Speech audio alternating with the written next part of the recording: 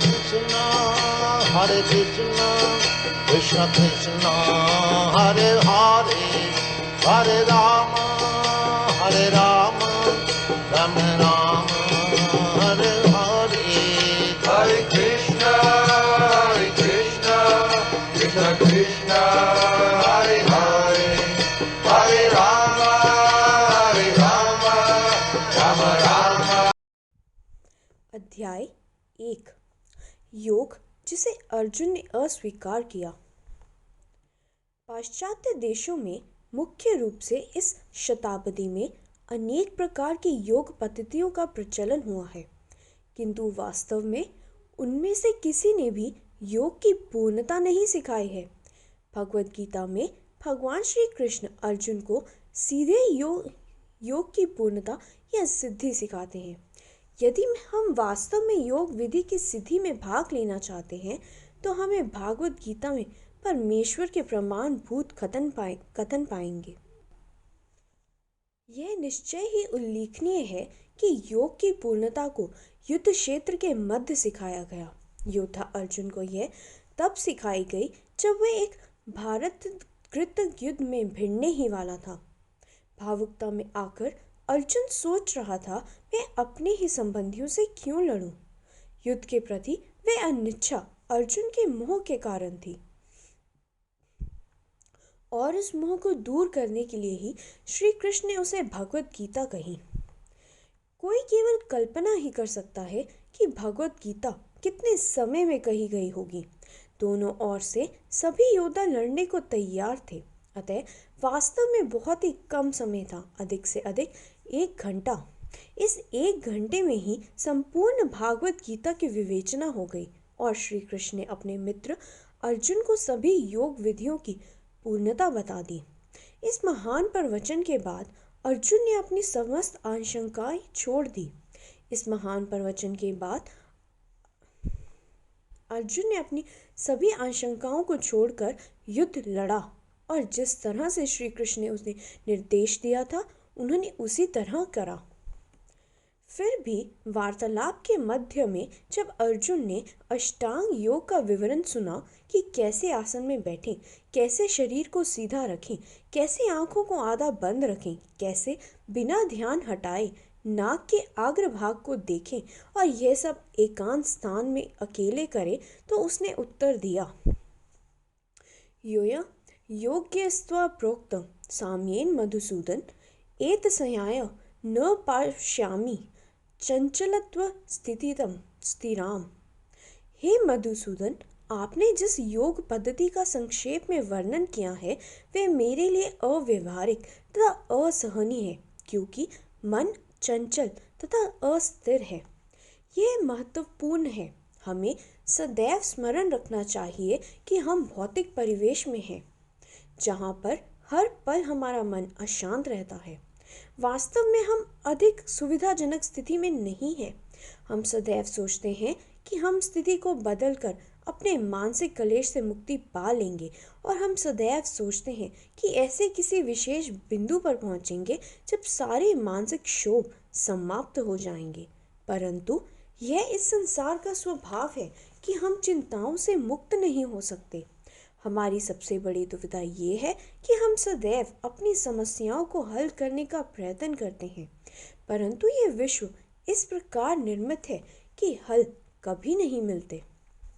धोखेबाज ना होकर स्पष्ट एवं खुले शब्दों में अर्जुन ने कृष्ण से कहा कि योग की जो विधि उन्होंने बताई है वे उसके लिए कर पाना संभव नहीं। यह महत्वपूर्ण है कि कृष्ण से बात करते हुए अर्जुन ने उन्हें मधुसूदन नाम से संबोधित किया है, जो दर्शाता है कि भगवान मधु राक्षस को मारने वाले हैं। यह उल्लेखनीय है कि भगवान के अनगिनत नाम हैं, क्योंकि उनकी क्रियाओं और लीलाओं के अनुसार ही उनके नाम होते हैं। निस्संदेह ईश्वर के असंख्य नाम हैं, क्योंकि उनकी लीलाएं असंख्य हैं। हम भगवान के अंश मात्र हैं, और हम तो यह भी नहीं याद कर सकते कि हमने अपने बचपन से लेकर अब तक कितनी क्रियाएं की हैं। सनातन भगवान अनंत हैं, और चूंकि उनके कार्य अनंत हैं, इसलिए उनके अनंत नाम हैं, जिनमें कृष्ण प्रमुख हैं। तो कृष्ण का मित्र होने के नाते वह उन्हें सीधे कृष्ण कहकर संबोधित कर सकता था। उत्तर यह है कि अर्जुन ने अपने मन को एक बड़ा राक्षस माना, जैसे कि मधु राक्षस था। यदि कृष्ण के लिए मन राक्षस को मारना संभव हो तो अर्जुन योग की पूर्णता पा लेगा। अर्जुन कह रहा है, मेरा मन तो उस मधु राक्षस से भी अधिक बलवान है। कृपया करके यदि आप उसे मार दे तो मेरे लिए ये योग की विधि को अपनाना संभव होगा। यहाँ तक कि अर्जुन जैसे महान व्यक्ति को भी का मन भी सदैव चंचल रहता था। अर्जुन स्वयं कहते हैं, चंचल ही मनम कृष्ण प्रमाथि बलवृद्धं तस्या निग्रह मन्य वायोरिव सुदुष्करम। हे कृष्ण, चूंकि मन चंचल, उच्छृंखल, हठीला एवं अत्यंत बलवान है, अतः मुझे इसे वश में करना वायु को वश में करने से भी अधिक कठिन लगता है। वास्तव में ये सत्य है कि मन हमें सदैव कहता रहता है कि यहाँ जाओ, वहाँ जाओ, ये करो, वह करो। वह सदैव बताता रहता है कि किधर मुड़ा जाए। योग विधि का सारांश चंचल मन को संयम में रखना है। अष्टांग योग में मन को परमात्मा में केंद्रित करके वश में किया जाता है। यही योग का संपूर्ण उद्देश्य है। परंतु अर्जुन कहता है कि मन को वश में करना हवा को बहने से रोकने से भी अधिक कठिन है। यह तो ऐसे व्यक्ति की कल्पना करने के समान है जो तूफान को अपनी बाहें फैलाकर रोकने का प्रयत्न करे। क्योंकि हम ये मान लें कि केवल अर्जुन में ही मन को संयम में करने की पर्याप्त योग्यता न थी। सत्य तो ये है कि हम अर्जुन की असीम योग्यताओं को समझना शुरू भी नहीं कर सकते। आखिर वह स्वयं भगवान का व्यक्तिगत मित्र था। ये अत्यंत उच्च स्थिति है जिसे महान योग्यताओं के बिना नहीं पाया जा सकता। इसके अतिरिक्त अर्जुन एक महान योद्धा तथा शासक के रूप में विख्यात था। वह इतना बुद्धिमान था कि वह भगवत गीता को एक ही घंटे में समझ गया, जबकि वर्तमान काल में बड़े बड़े विद्वान इसे अपने संपूर्ण जीवन में भी नहीं समझ पाते। फिर भी अर्जुन सोच रहा था कि मन को वश में करना उसके लिए संभव नहीं है।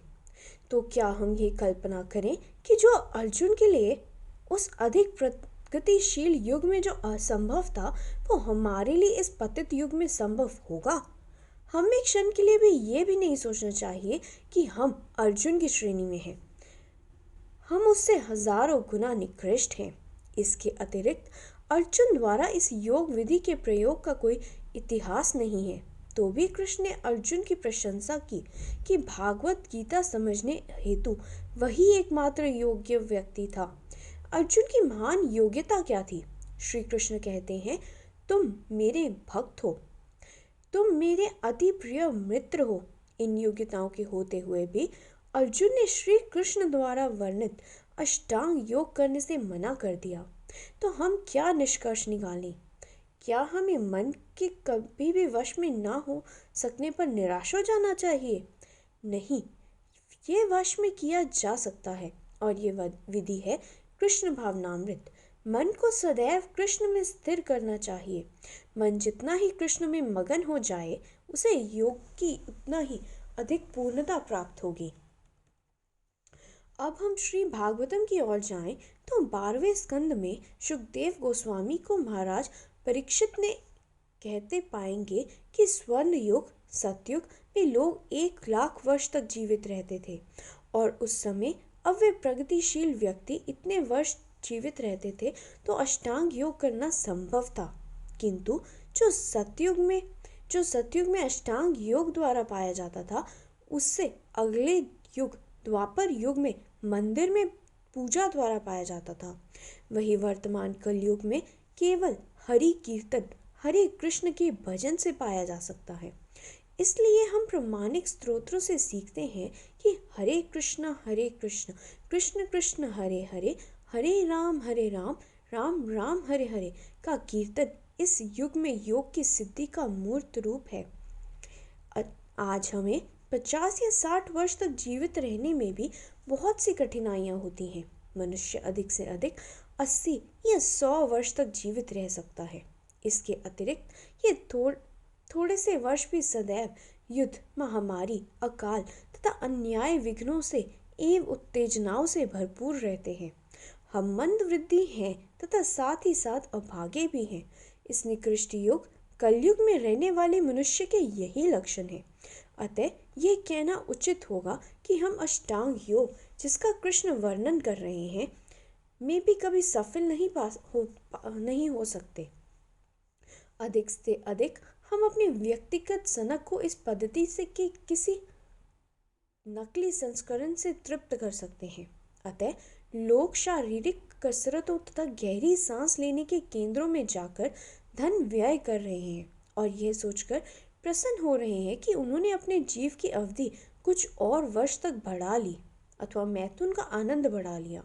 किंतु हमें यह अवश्य समझना चाहिए कि यह वास्तविक योग पद्धति नहीं है।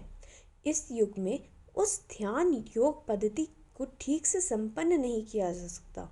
इसके स्थान पर उस पद्धति की समस्त सिद्धियों को कृष्ण भावनामृत की सर्वोत्तम पद्धति भक्ति योग द्वारा, विशेषकर मंत्र योग अर्थात हरे कृष्ण मंत्र द्वारा श्री कृष्ण का यश गाकर अनुभव किया जा सकता है। यह वैदिक शास्त्रों में संस्तुत है तथा चैतन्य महाप्रभु जैसे महान विभूतियों द्वारा उद्धृत है। वास्तव में भागवत गीता घोषित करती है कि महात्मागण सदैव भगवान की कीर्ति का गायन करते रहते हैं। यदि कोई व्यक्ति वैदिक साहित्य, भागवत गीता तथा महान प्रमाणिक आचार्यों के अनुसार महात्मा बनना चाहता है तो उसे कृष्ण भावनामृत की इस विधि को ग्रहण करना चाहिए तथा हरे कृष्ण का जाप एवं कीर्तन करना चाहिए। किंतु यदि हम पद्मासन में सीधे बैठने तथा किसी कर्तव्य के समान समाधि में आने से संतुष्ट हैं तो अलग बात है। किंतु हमें यह तो समझना ही चाहिए कि ऐसे आडंबरी कर्तव्यों से योग की वास्तविक पूर्णता का कुछ लेना देना नहीं। कृत्रिम औषधि से भौतिकता के रोग का निवारण संभव नहीं। हमें सीधे कृष्ण से वास्तविक चिकित्सा ग्रहण करनी होगी। हरे कृष्ण।